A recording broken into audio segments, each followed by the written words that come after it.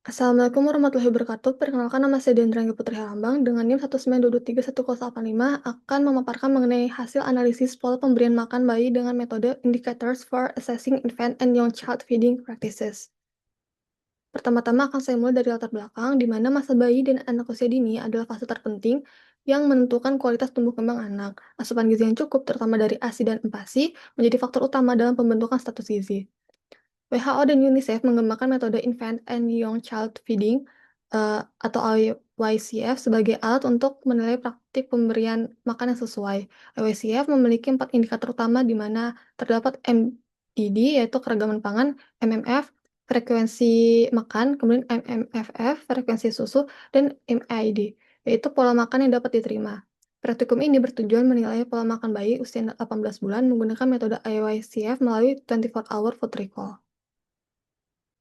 Kemudian berikut adalah penjelasan dari metode ICF, yaitu Infant and Young Child Feeding atau IYCF adalah pedoman global dari WHO dan UNICEF untuk memastikan anak mendapatkan gizi optimal sejak lahir hingga usia 2 tahun.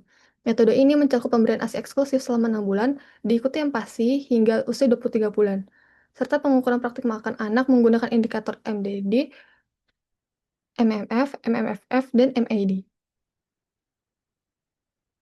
Berikut adalah indikator-indikator IWCF secara lebih lengkapnya, di mana minimum dietary diversity atau MDD menilai keragaman pangan yang dikonsumsi anak. Anak memenuhi indikator ini bila mengonsumsi minimal 5 dari 8 kelompok pangan seperti ASI, serealia, protein hewani, produk susu, buah, dan sayur. Kemudian untuk indikator minimum meal frequency atau MMF menilai seberapa sering anak makan dalam sehari. Untuk anak usia 9-23 bulan yang masih disusui, minimum frekuensinya adalah lebih dari sama dengan 3 kali makan padat, semi padat, atau lunak. Kemudian untuk minimum milk feeding frequency atau MMFF menilai frekuensi pemberian susu bagi anak yang tidak disusui. Untuk anak yang masih mendapatkan ASI, indikator ini terpenuhi jika diberikan ASI minimal 2 kali sehari. Berikut adalah biodata responden, di mana usia bayinya adalah 18 bulan. Dan kemudian berikut adalah hasil dari 24-hour food recall responden. Lalu berikut adalah hasil analisis dari MDD. Berdasarkan indikator minimum dietary diversity, balita mengonsumsi 7 kelompok pangan yang berbeda dalam 24 jam terakhir. Dengan mengonsumsi lebih dari 5 kelompok pangan, balita ini telah memenuhi indikator MDD dengan baik. Skor 1 pada tabel menunjukkan bahwa indikator ini telah tercapai.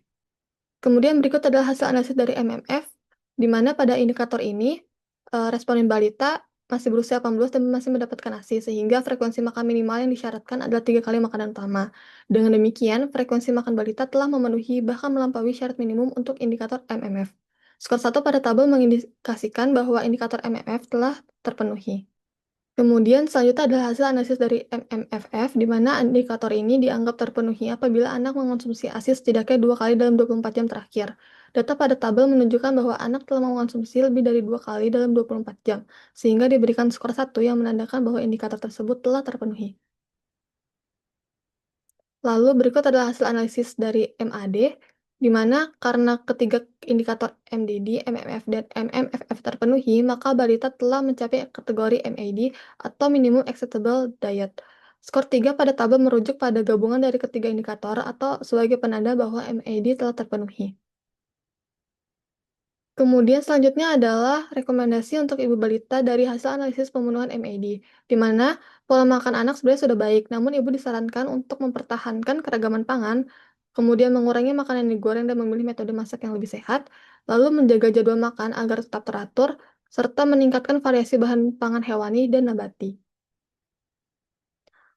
Untuk kelebihan dan kekurangan metode, yaitu diantaranya untuk kelebihan merupakan pedoman global WHO dan UNICEF untuk menilai kecukupan gizi anak usia 0-23 bulan.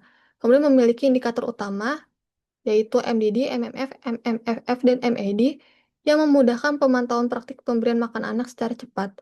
Lalu dapat digunakan pada survei nasional maupun penelitian intervensi berskala kecil, serta mampu mendeteksi perbedaan dan perubahan pola makan meskipun dengan jumlah sampel terbatas.